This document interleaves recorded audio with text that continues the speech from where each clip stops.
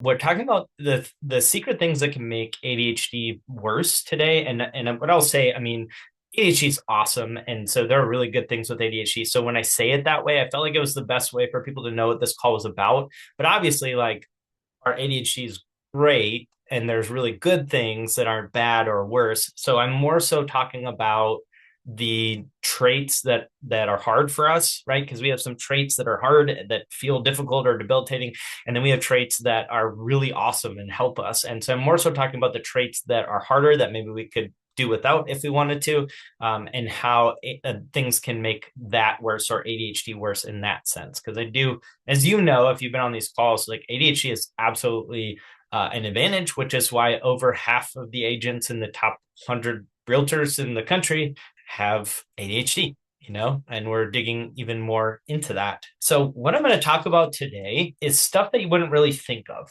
And I know if you looked at the promo for this, we had some basic stuff in there. And this is, yes, ChatGPT does help me out sometimes, and my assistant uses that to do the promo for this. So, we're going to get a little bit more specific than what was in there. So I'm not going to talk about sleep. We know, I mean, you probably know that not getting good sleep is going to affect your ADHD. That's somewhat well known. And if not, now you know, right? And exercise is really going to help. I want to talk about the stuff like the secret things you may not realize that could be turning the volume up on your traits. So the first one I want to start out with is trauma.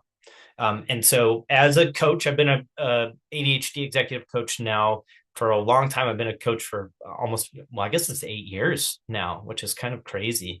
Done over 10,000 one-on-one calls.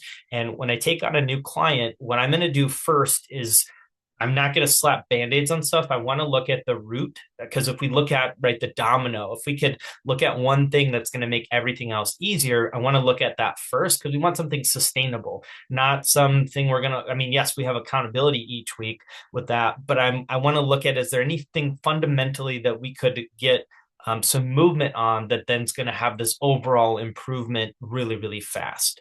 And so one of the first things, and that's what we're talking about in this list, one of the first things is trauma. Trauma is going to turn the volume up on ADHD for sure, because trauma related symptoms, right? You can have restlessness. You can have some ups and downs, maybe emotionally, or trouble regulating. You can have trouble concentrating, right?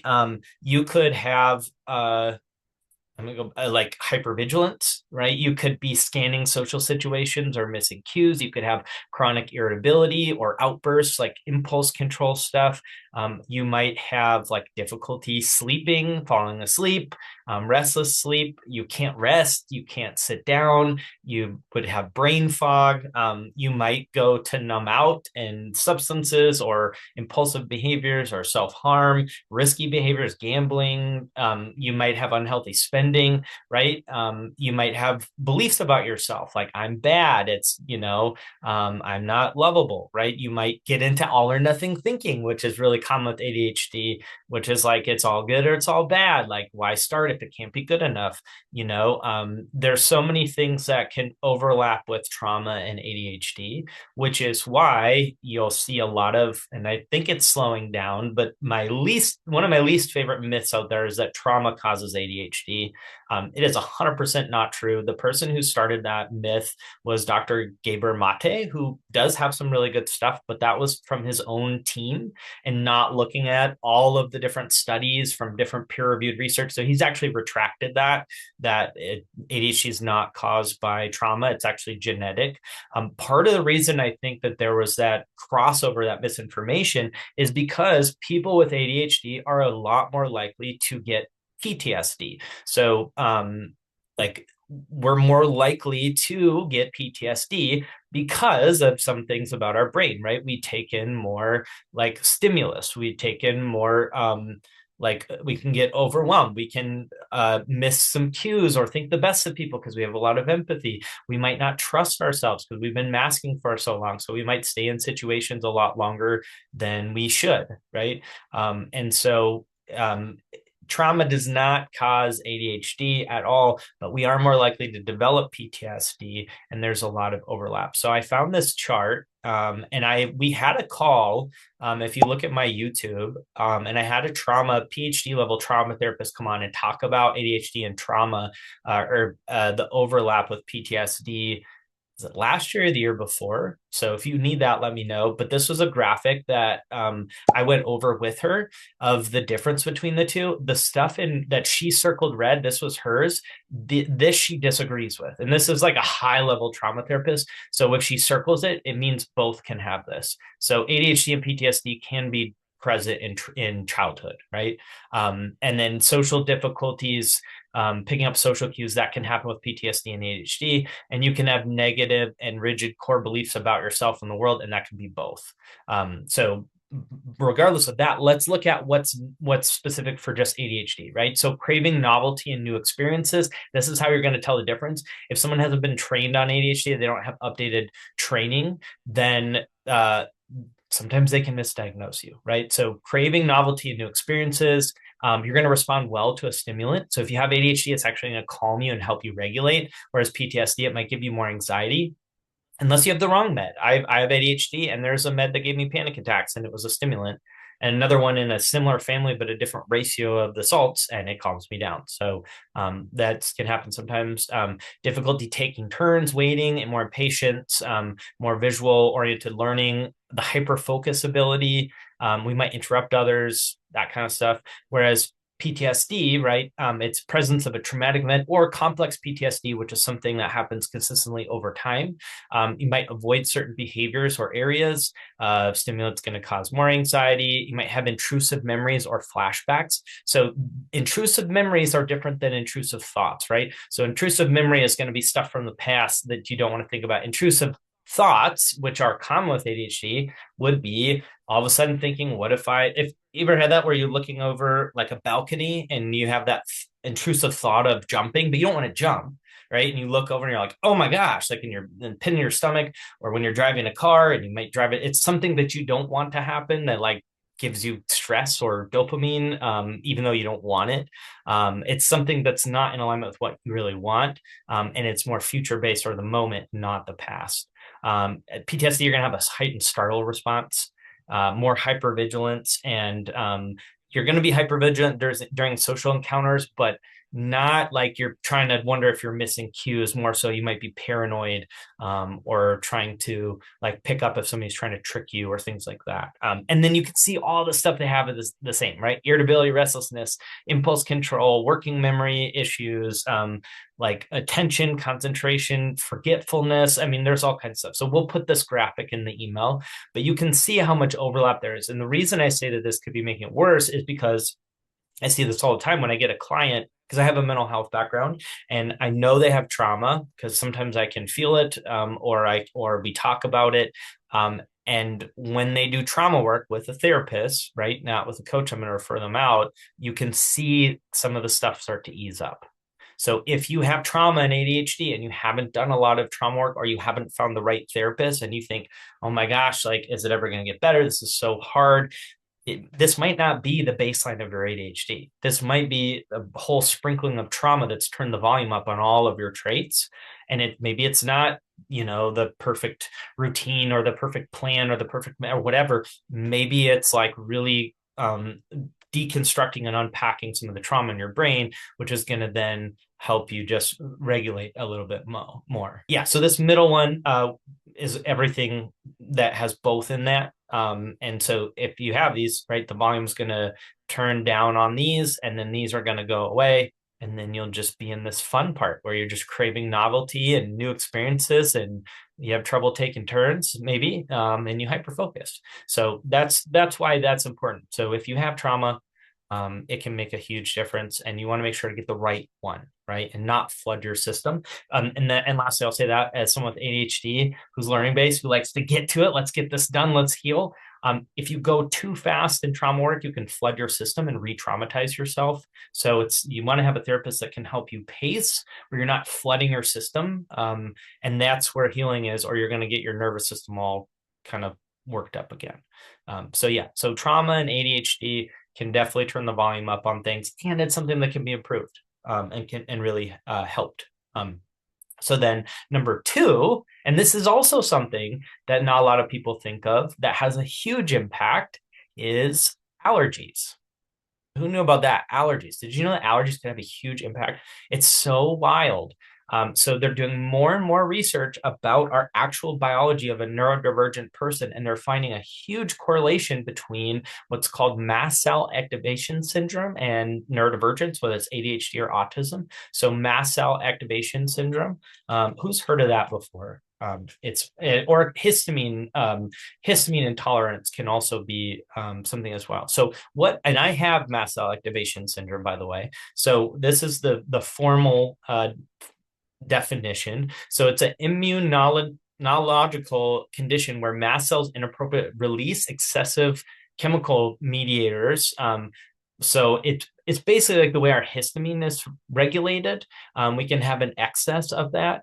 And so we can have low level allergic reactions to things. So I thought mine was anxiety for years and years and years. And then I met with a histamine specialist, and then I got off anxiety meds. And I've been on it since I was like 10. It was crazy. And so you can have hives sometimes, or itching, or flushing, or swelling. It can affect your gut, right? You could have more nausea or stomach issues or vomiting or just pain. You can be more likely to feel faint or dizziness or have a rapid heart rate, which is also similar to POTS. So POTS is actually something that's common with neurodivergence as well. That's a diagnosis. You might have wheezing, shortness of breath. You might have more brain fog, headaches, fatigue, and you're going to have more inflammation in your body. So you could have that. And it's really interesting. So the reason for this is the DAO enzyme. So that's the enzyme in all of our bodies that's responsible for breaking down histamine. So we can have lower levels of that. So it leads to an accumulation of histamine, which can cause headaches and anxiety. Elevated histamine causes neural inflation, which interferes with our neurotransmitters. Right. And for us with ADHD, that's what part of what ADHD is, right? Is how those are regulated. So in neuroinflammation in our neurotransmitters like dopamine and norepinephrine, that can actually decrease the reuptake, how those are processed. So it can exacerbate like our trouble focusing, dysregulation, those kinds of things, and anxiety. A lot of us it can show up as anxiety. And what it is, it's a low level allergic reaction where your body's saying something's wrong, there's an imposter, something's wrong, but our body doesn't talk to us, right? It doesn't tell us that. We just think we have anxiety. And so if you are someone that, and it's more common in fair skin. So if you think of like in Ireland, you think of the Irish and they drink and they have pink cheeks. Have you ever seen that? So that's a histamine intolerance because the body's having an allergic reaction to alcohol, but it's really normalized. So yeah, histamine intolerance is a thing. So if you think you may have this, obviously talk to your doctor about all this stuff. Not as many people know about it. And so what you can do though, if you want to see if you have it, there are some people who take an antihistamine like Zyrtec, Allegra, Claritin. Stay away from Benadryl. That is crosses the blood-brain barrier, which there are some studies that chronic long-term use can increase, like definitively increase your chances of dementia because it's crossing the blood-brain barrier. So if you're using that to sleep, see if you can find another alternative. And I mean, this is if you're using it for years and years. It's okay if you use it for a couple of years or whatever. Just shift off it if you can. But Allegra, Claritin, or Zyrtec are all a different type of antihistamine. So you can take those. And then there's also what's it called? Zantac or Pepcid AC. Can also act as an antihistamine in your gut because with the histamine intolerance, what can happen if you have heartburn? You think it's heartburn. Sometimes it's not. The body's, if you're eating something that's a high histamine food, sometimes the body can almost like reject it for a second. This is what the histamine specialist taught me. So it's like kind of saying like, no, I don't want that. It's resisting a little bit. So some examples. So let's say you wanted to test if you had histamine intolerance without paying any money, with just testing this, right? So talk to your doctor, right? But what you could do is you could try a low histamine diet. So high histamine foods that you may want to avoid, and you could do this for a week or two and just see if it helps, is fermented foods is one. Which, how many people have heard that we should have kombucha or kimchi for our gut, right? Well, if you have a histamine intolerance, and this is not everybody, I'm not saying everybody go try this, just if you notice that you might have some traits of this, fermented foods actually can increase the histamine. So fermented foods, alcohol, processed things like cheeses, like something that's aged, and then some interesting like tomatoes, spinach. Well, actually, let me get you a list. Here's a good visual, right? So processed meats, right? It's really like that cured smoked food. Now, there are some people that you're going to have a higher reaction to some and some won't affect you, right? So for me, I have a histamine intolerance, but avocados don't affect me where they can other people. Tomatoes affect me at a really high level, but someone else with histamine intolerance, they can have some in moderation. So you might have some trigger foods that are on this list, but it doesn't mean all of these. Like I can have strawberries, it's okay. I can have cherries, pineapple will get me. So it's kind of like playing with which one your body labels as an imposter.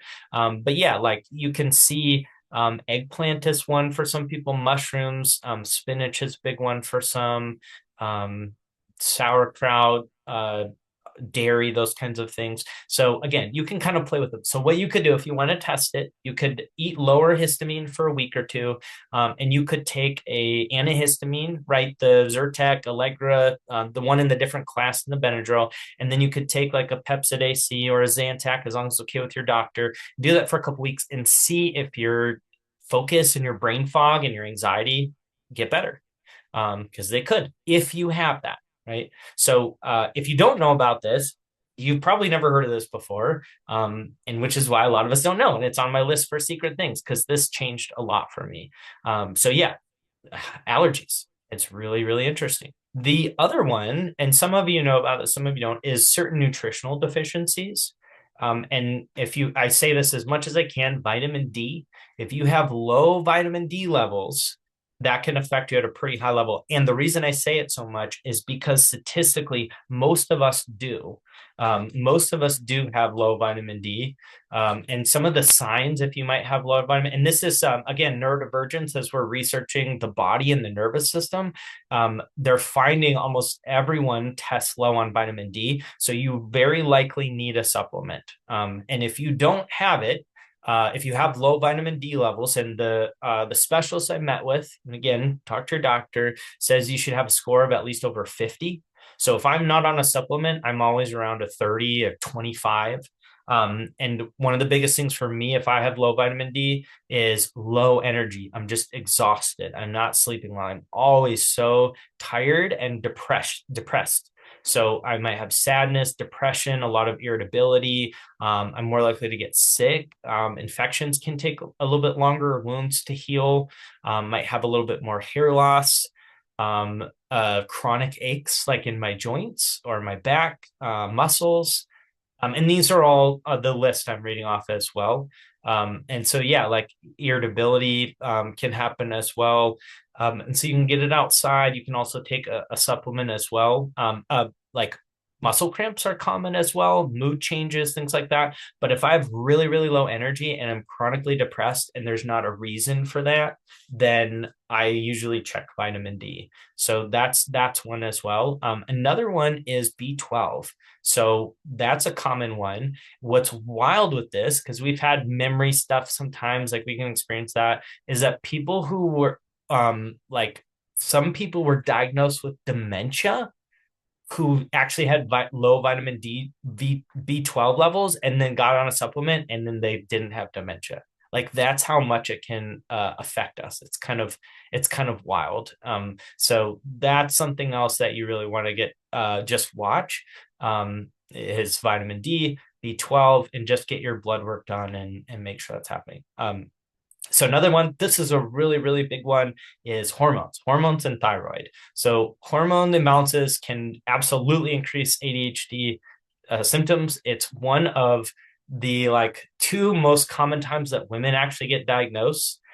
One is when you have a kid that gets diagnosed, because women get missed a lot in the diagnosis process for ADHD. You have a kid, and then they think, "Oh my gosh, like that's I have that too," and then they get diagnosed. The other one that's the biggest is going through menopause. That is really, really common because they think, "Oh, my ADHD is getting worse." Right. Or like that's something that can happen, or you don't know you have ADHD and you're finally like at a tipping point. So you go to the doctor, and you figure it out, and it's like, I can't focus. And they might tell you, oh, that's just hormones. And then you suffer, or you get somebody that actually listens, and then you can't, mask your traits anymore. And so, yeah, getting hormones checked. ADHD is not progressive. It's not going to get worse with age. If your ADHD is getting worse, it's could be hormones, it could be thyroid, it could be a nutritional deficiency, it could be trauma, it could be situational from what you're in, it could be stress, right? It could be all of those things, but it's not getting worse, right? Um, so another one is really interesting is candida. So this is one. So this is like a higher fungal count in your gut and your body. So, and I had this, and it was that, and the nutritional stuff and the histamine was so significant for me personally. That's why I always bring it up. So some bodies, and it's in your genetics, so it doesn't mean you can have higher levels of candida, which is we all have like fungus in our body, right? And it's part of the ecosystem. It's healthy, just like we have good bacteria in our gut. But some people can have an increase of that, and it causes inflammation, and it can be contributing to your brain fog, and it can turn the volume up on your ADHD. So it can cause poor memory if you have higher levels, a lack of focus, difficulty concentrating, a lot more irritability or anxiety or fatigue. And if you like, for me, my family has it, my grandma had it, my mom had it. So for me, it usually comes back and raises up if I've had periods of high stress. So stress can increase it. Sugar, dairy, like flour, like white foods. Just like if you were gonna grow, what is it? Like a sourdough starter, right? It's a fungus, but we all have it in our body, and it's part of the ecosystem. It's just if you have more, and so you can work with a naturopath on that, to decrease that. There's stuff you can do, but there's certain supplements I take, and it is wild how in one day my brain can focus better. It's pretty crazy. So I'm going to try to get her on the call, who helped me with that. But it's like a fungus, and it can get in your brain. It's like when you look into this stuff, it's so wild. Because I'm on a mission to figure out all this stuff, right, to help you guys. So um, there's even more motivation, and it just helps me a lot. So if you have higher levels of candida, so you could go on like a lower candida diet as well, and you can do that. There is a die-off that happens. So when fungus dies, it releases spores, so you can feel worse before you feel better. So it's something you want to work with somebody on, not just go get something off of Amazon or whatever, because some stuff works better. But yeah, you're welcome to message me if that's something you experience, and I'll give you some resources. I want to add this in, and this is something that a lot of people don't think about, is our environment and our self-talk. What I mean by that is a lot of us can have what's called demand avoidance, right? So a resistance or anxiety to really rigid demands. And I mean, we can have it since we were a kid, right? And it's common with ADHD, it's common with autism. And so if there's too much rigidity, and not enough dopamine and newness, it can actually burn us out. And then we're operating without, like, our executive functions tapped out. There's not much in our fuel tank. So it's like we're walking through quicksand over and over and over again. So if you have a really rigid routine that you don't enjoy, right, that doesn't have any flexibility, and you're not honoring how your brain works, your things are going to be a lot harder, and you could get yourself in ADHD or autistic burnout. And those are specific things that you can get in. And you may not know that might be your baseline because you've been doing things the way you think you're supposed to do it for so long, and you're just walking through quicksand, and you think that's normal. So building your routine around your brain and giving it flexibility can be really helpful, right? So an example is if you really struggle with doing the same thing at the same time every day, maybe you have a certain thing you need to hit per week, right? Maybe it's getting one appointment per week or getting two appointments per week whenever you do it versus every day at this time calling this list saying the same thing. Because like if you get the results, it doesn't matter how you get there, right? Like if I got two listing appointments a week and I got it walking around my neighborhood and I slept in all Monday and I didn't do much Tuesday, but I got my two listing appointments and the other person didn't because they were burned out, but they used the right scripts, but they were bored and enthusiastic and never got listing appointments. Like, wouldn't my way be better? So attached to the results, not the way you get it. Unless you like the structure, some people it's really helpful. So just watch all of the because we have so many demands in real estate. Watch how many demands you're placing on yourself. And I hope I'm articulating this well. Because we can cause it to ourselves, right? We can trigger our own demand avoidance and a reaction in ourselves if we are being too rigid. Just like if you were about to do the dishes and your partner or roommate came in and said, you need to do those dishes right now, you're not helping around the house enough.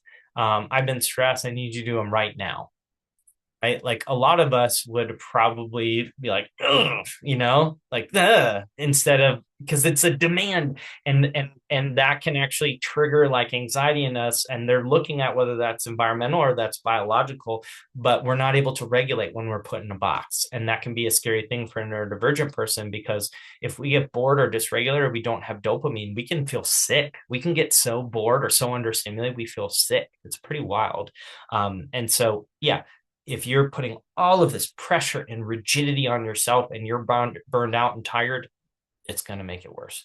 So those are some of my like secret things. I mean, if I had more time, screen time, excessive. I don't mean, but I mean excessive. If you're doom scrolling all the time, you are messing with your dopamine. If it's all the time, sometimes it's good for dopamine and to regulate. But if it's like all the time and you're not doing anything else, and you're just chasing stressful stuff, then that can kind of mess with your dopamine. Alcohol and substances can do that as well. They can mess with your neurotransmitters. They can really make stuff harder. So just depends.